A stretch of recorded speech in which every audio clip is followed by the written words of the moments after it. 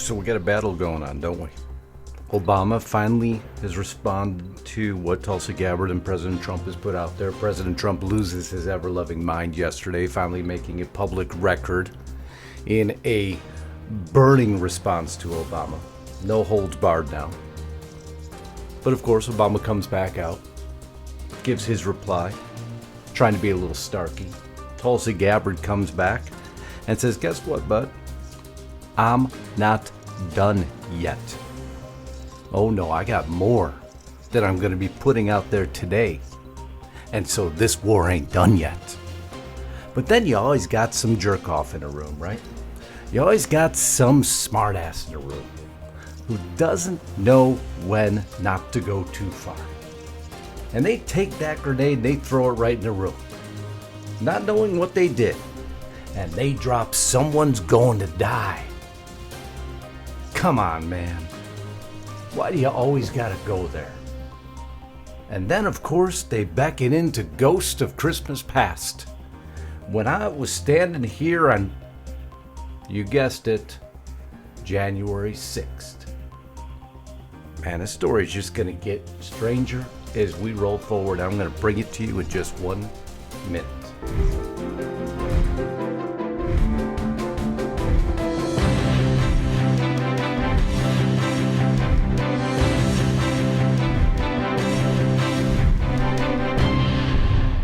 And while we're dealing with this, don't worry that Trump is actually considering eliminating capital gains taxes on houses.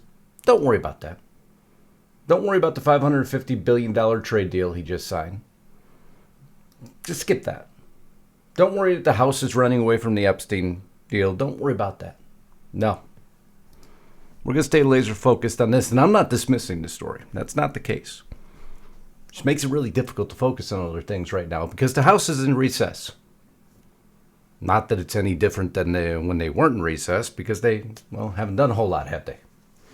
No, it appears the simplest decision for them takes forever. So them being in recess or not in recess to me is of little difference. But I digress. President Trump is attempting to shift the public's focus away from the building crisis around the release of sealed documents detailing the Jeffrey Epstein case by urging his Justice Department to go after former President Obama. Of course, you'd expect that from Politico, wouldn't you? But let's push this story a bit further.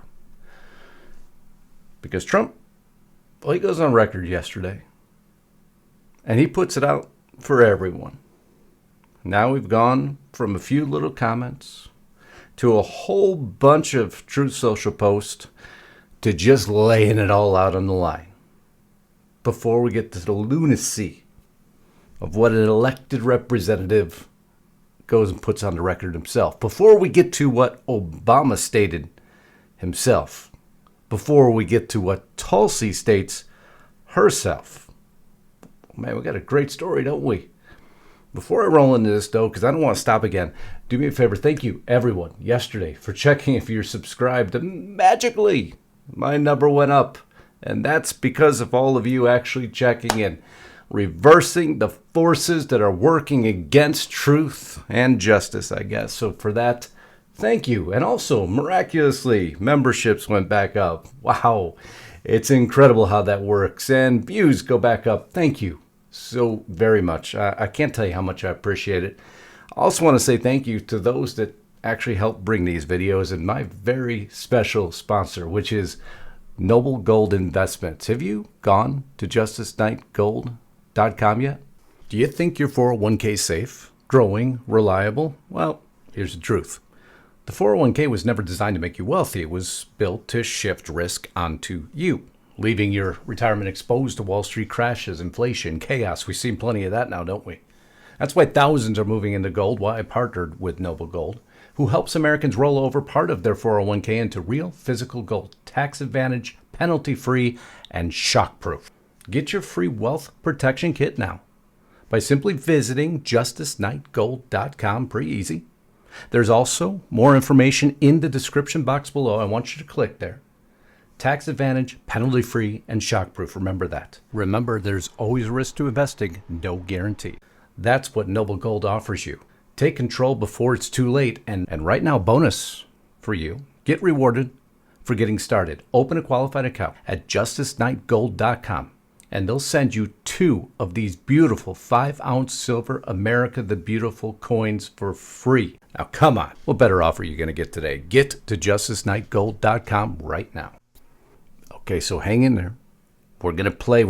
This was about 8 minutes. Don't worry, I'm not going to play the full 8 minutes. I'm going to clip it together to the parts that matter. Of the witch hunt. The witch hunt that you should be talking about is they caught President Obama absolutely cold. Tulsi Gabbard. What they did to this country in 2016, starting in 2016, but going up to 2020 in the election, and they got caught. And there should be very severe consequences for that. After what they did to me, and whether it's right or wrong, it's time to go after people. Obama's been caught directly. So people say, oh, you know, a group. It's not a group. It's Obama. His orders are on the paper. The papers are signed. The papers came right out of their office. They sent everything to be highly classified. Well, the highly classified's been released. And what they did in 2016 and in 2020 is very criminal. It's criminal at the highest level. Who should the DOJ target as part of their investigation? What specific figures in the Obama administration? Well, based on what I read, and I read pretty much what you read, it would be President Obama. He started it. And Biden was there with him. And Comey was there. And Clapper, the whole group was there. Brennan, they were all there in a room. Right here. This was the room. Look, he's guilty. It's not a question. You know, I like to say, let's give it time. It's there. He's guilty. This was treason. This was every word you can think of. President Obama, it was his concept, his idea, but he also got it from crooked Hillary Clinton. Crooked is a $3 bill. Hillary Clinton and her group, the Democrats, spent $12 million to Christopher Steele to write up a report that was a total fake report. Took 2 years to figure that out, but it came out that it was a total fake report. It was made-up fiction. Hillary Clinton, we caught Barack Hussein Obama. They're the ones, and then you have many, many people under them. Susan Rice, they're all there. The names are all there. And I guess they figured they're going to put this in classified information and nobody will ever see it again, but it doesn't work that way. So there you have it. He minced no words and a pretty clean cut. All of this demanded a response from Obama, who finally gave one.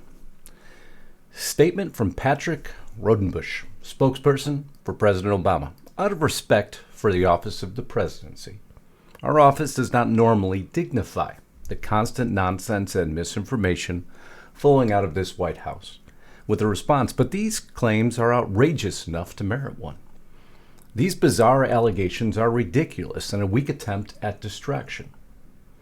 Nothing in the document issued last week undercuts the widely accepted conclusion that Russia worked to influence the 2016 presidential election but did not successfully manipulate any votes. These findings were affirmed in the 2020 report by the bipartisan Senate Intelligence Committee led by then-Chairman Marco Rubio. You like that little dig he took there? Everything you presented is nothing. It's hogwash. It's BS. We're going to stay by the story that although you have now proven that Russia, and we shelved the actual intelligence report saying that we have no confidence that Russia did anything, we're going to just push that aside and stick with the intelligence report that didn't rely on the intelligence report that you shoveled aside under confidentiality. Okay, fine. But you think that's just going to end it all? No, of course not. Because somehow we have to find a way to put January 6th back into the mix again. Not joking. Because you know that's what the Democrats do, because it's the only storyline and talking point they seem to always stick to, isn't it? Nicole, is that I'm standing in a spot that on January 6, 2021 was overrun by a violent mob intent on hanging the vice president and killing people like me. And it was all driven by a lie propagated by Donald Trump. And now we're seeing that playbook again. And my only question is, when people like Tulsi Gabbard and Donald Trump accuse an ex-president of a capital crime that is punishable by death, who is going to die Who is going to die because they've decided that they need a distraction away from the Epstein calamity, which they brought upon themselves? How conspiracies drive his voters' passions. Say more about how we protect people targeted by his lies, and say more about your prediction that someone will die.